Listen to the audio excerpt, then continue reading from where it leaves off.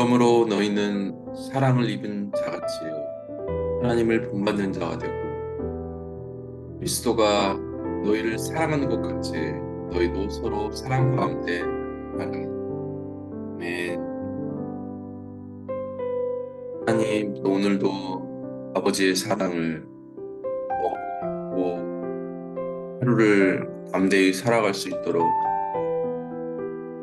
내 영혼을 깨워주시고 하나님의 사랑으로 오늘 만나게 될 관계할 모든 영혼 가운데 천국이 일어날 수 있도록 하나님 인도하여 주옵소서.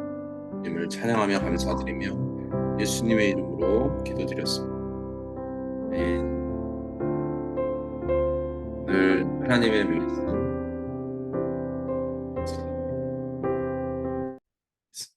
16장 1절에서 13절 말씀. 제16장.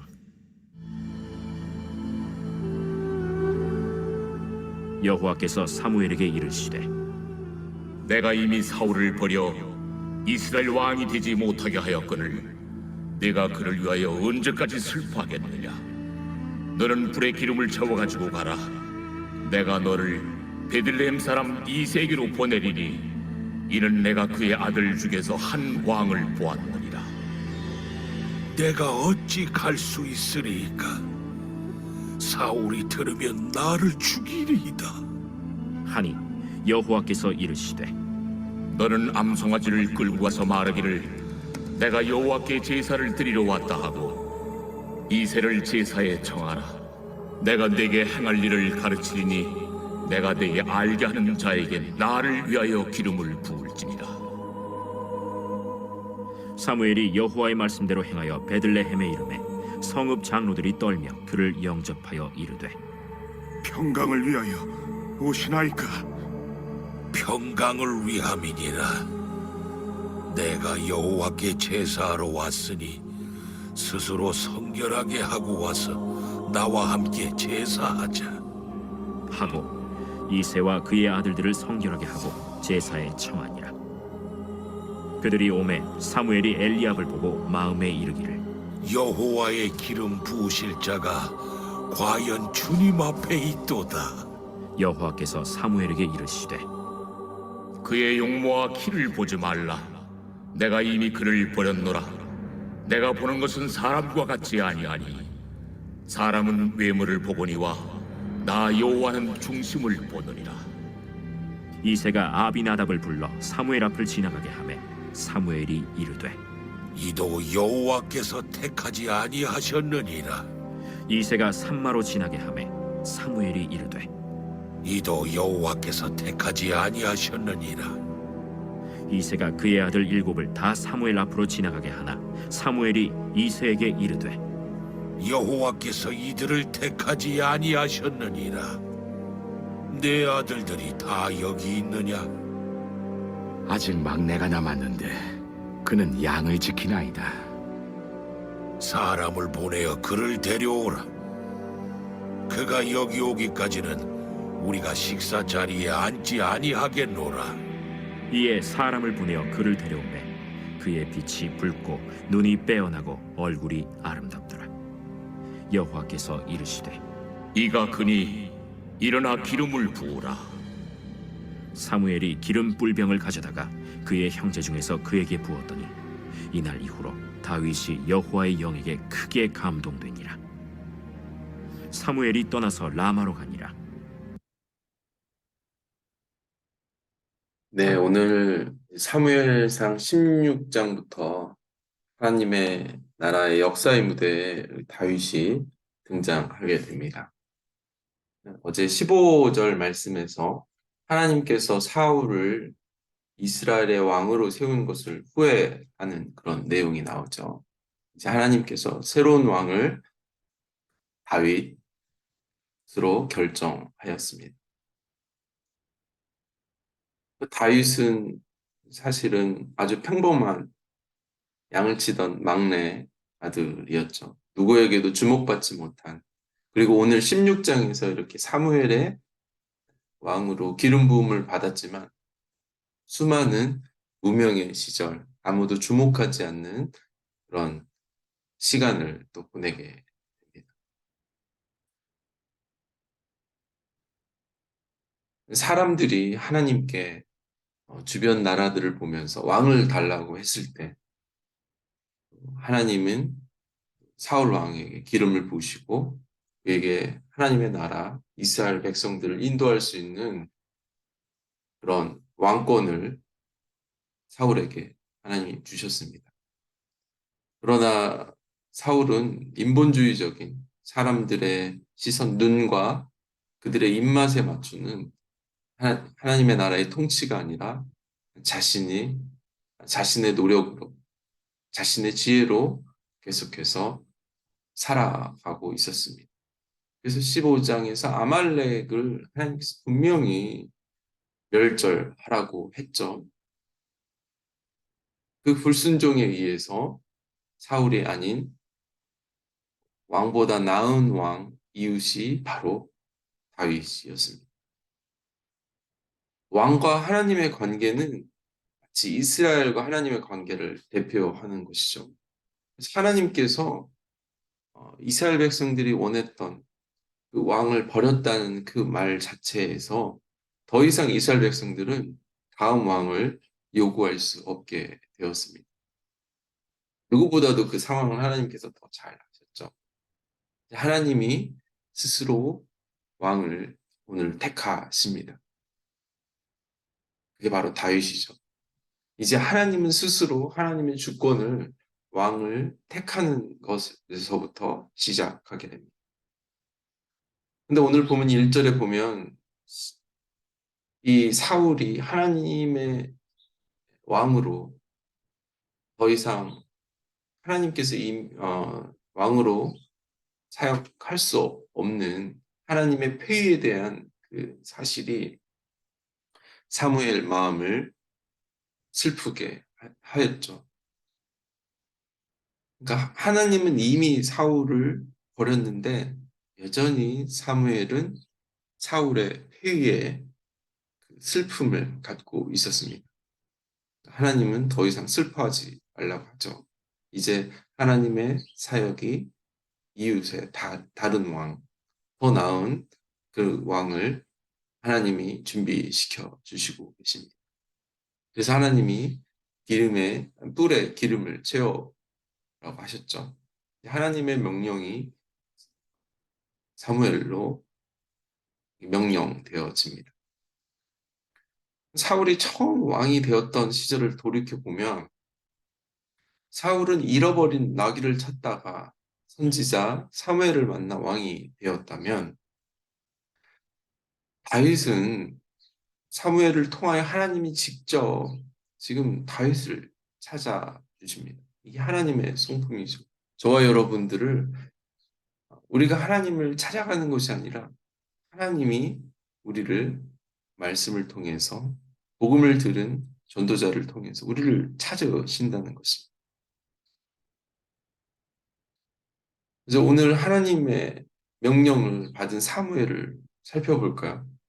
사무엘 입장에서는 하나님께서 이미 사울을 버렸다고 하지만 사울 왕은 여전히 어제와 같은 똑같은 권력을 갖고 있는 왕이었습니다. 실권자였습니다. 인간적으로 볼 때는 하나도 인 게 없죠.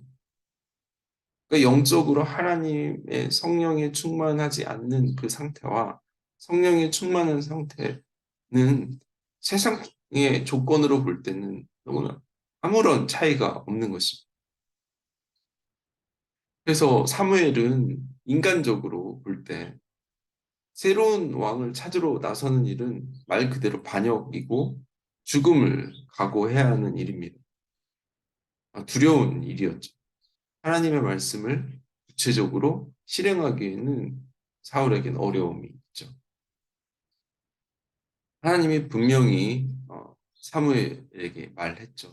사울이 아말렉의 그 탈취물을 남겼을 때 이런 변명을 하나님께 했습니다. 혹시 제가 제사를 드릴 때 하나님을 제사 드리기 위해서 지금 이 탈취물들을 남겼습니다. 하나님이 완전히 모든 것을 진멸하라고 할 때 우리가 변명하죠. 그래도 이거를 하나님을 위해서 쓰기 위해서 살아 남겨뒀습니다. 우리가 하나님께 순종하지 못할 때 우리의 이런 인간적인 마음들이 자기중심적인 그런 결정들이 드러나죠. 근데 이 사무엘의 두려움을 하나님께서 어떻게 이용하셨냐면 사무엘에게 사울이 사울에게 그렇게 말하라고 하죠. 제사를 드리러 간다고 암소를 취해서 또 다른 왕을 찾아가라고 얘기하죠. 하나님을 기만했던 사울 왕에게 하나님이 아이러니한 그 사무엘의 기만을 경험하게 만드는 것입니다. 이 이야기가 하나님이 사무엘을 속이려고 했다 하는 것이 아니라 실제 이새를 찾아가서 함께 제사를 드렸죠. 오늘 말씀은 그 어제 15장에서 불순종한 사울과 인간적으로 너무 두렵고 떨리는 그 상황이지만 순종하는 또 사무엘을 대비시켜 줍니다.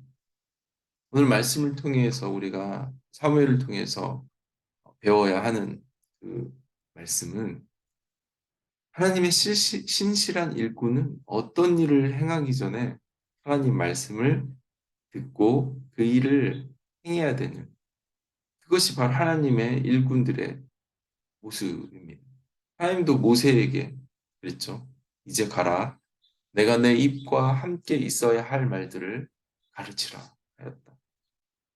그러니까 하나님께서는 지금 사무엘도 그렇고 모세도 그렇고 하나님의 사람들을 여전히 하나님의 말씀으로 먼저 세우는 것입니다. 결국 기름 부을 자를 선택하는 것도 여호와의 일이고 사무엘은 그냥 하나님이 지명해 준 사람에게 기름만 붓고 오면 되는 것입니다. 그래서 사무엘은 하나님의 도구로 사용되는 거죠. 하나님이 계속해서 나를 위하여라고 하나님이 스스로 하나님이 왕을 택해 주십니다. 저와 여러분도 오늘도 하나님을 위해서 우리 삶을 살아내야 하는 것입니다. 그런데 그런 하나님께 순종했던 그런 사무엘도 6절에 실수가 나오죠. 사무엘은 장남 엘리압을 보자마자 하나님이 택한 자로 속단하는 내용이 나옵니다. 그러니까 하나님은 사무엘에게 3절에서 분명히 내가 알려주는 사람에게 기름만 부으면 된다고 지시했는데 그 엘리압의 외모를 보자마자 하나님이 택한 사람임을 확신하였습니다. 그러니까 엘리압은 마치 사울과 같이 용모와 키와 신장이 아주 출중했기 때문에 남달랐음을 볼 수 있습니다.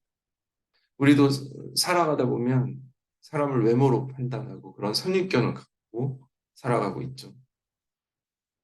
거의 대부분은 우리의 경험을 비춰봐도 첫 인상이 주는 장점과 단점이 늘 있습니다. 그런 것들을 조심해야 하죠. 하나님은 외적인 완벽함을 갖추고 있는 오늘 사울 왕을 그의 불순종에 의해서 버리셨다 이렇게 표현이 나오죠. 외모로는 변하지 않는 그 사울을 하나님이 버린 이유가 바로 중심이라는 것입니다. 그러니까 하나님은 외모로 판단하지 않음을 이야기하고 있습니다. 그러니까 오늘 말씀을 잘못 결론을 내리면 그렇지 하나님은 마음을 보시지 라고 거기에서 멈춰 있는 것이 아니라 저와 여러분이 사울과 같은 저와 여러분이 사무엘과 같은 저와 여러분이 하나님과 동일한 마음으로 하루를 살아내야 한다는 것입니다. 7절 여호와는 중심을 보시죠. 하나님의 판단 기준이 바로 마음입니다. 그러니까 겉사람이 아닌 속사람으로 하나님은 마음을 보신다는 것이죠. 그래서 인본주의인 생각도만 이 사울의 영은 늘 하나님을 불순종하게 만들고 토를 달게 되죠. 제가 예배드리기 위해서, 제가 하나님께 순종하기 위해서, 제가 전도하기 위해서, 제가 선교하기 위해서라는 그 하나님의 그 말씀을 불순종으로 인도하게 하는 것이 바로 우리의 자아, 또 우리 안의 영적인 교만이 하나님의 말씀을 순종하지 못하게 하는 것입니다. 그래서 오늘 하나님은 지금도 하나님의 마음에 합한 사람을 오늘 다윗으로 이야기하고 있죠. 12절, 13절을 보면 다윗에게 사용했던 단어가 바로 토브, 아름다움입니다. 하나님 보시기에 아름다웠다는 것이죠. 하나님은 세상을 창조하시며 스스로 하나님 말씀으로 세상을 창조하셨지만 그때 사용한 단어가 바로 토브, 아름다움입니다. 이게 바로 샬롬이죠. 우리가 하나님 앞에 적극적으로 어떤 행위를 하고 하나님께 헌신을 하는 그 영역이 있지만 또 하나님 앞에 깊이 하나님 앞에 잠잠히 하나님 안에 있는 그 모습이 바로 샬롬과 토부. 아름다운 장미꽃이 그 아름다움을 뽐내는 것은 그 장미의 향을 내는 아름다움입니다. 장미향이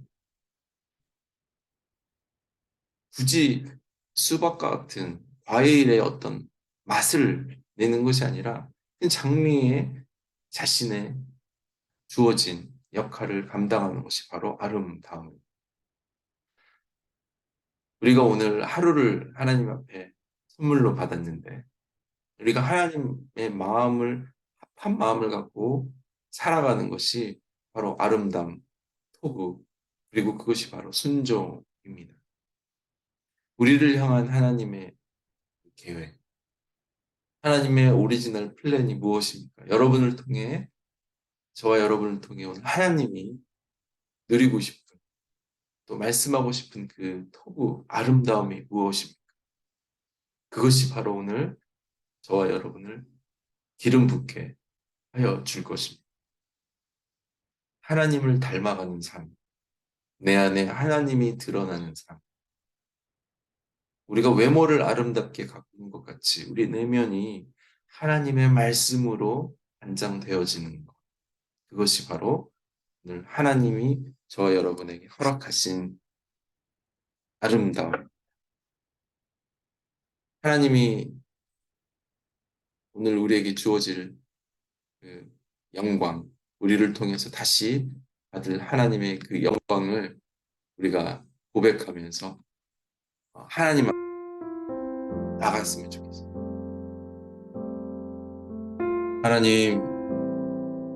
하나님은 늘 우리의 중심을 보시고 우리의 어떤 노력과 최선과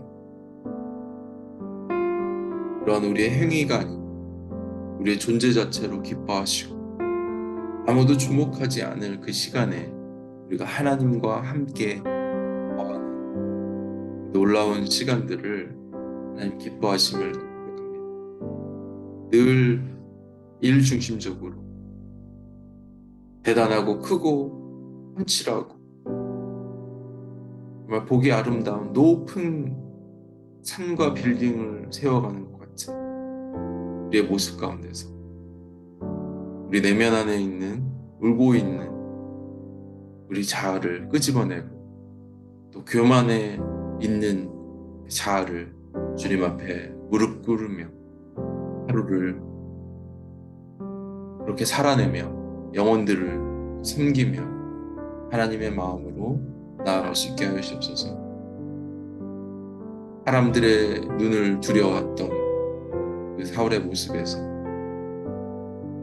만군의 여호와를 늘 사랑으로 관계하며 사람들이 비천하다고 생각했던 그 일들 가운데서도 하나님의 영광을 위해 살아갔던 그 사울처럼, 다윗처럼 하나님 오늘도 살아갈 수 있도록 복을 내려주옵소서.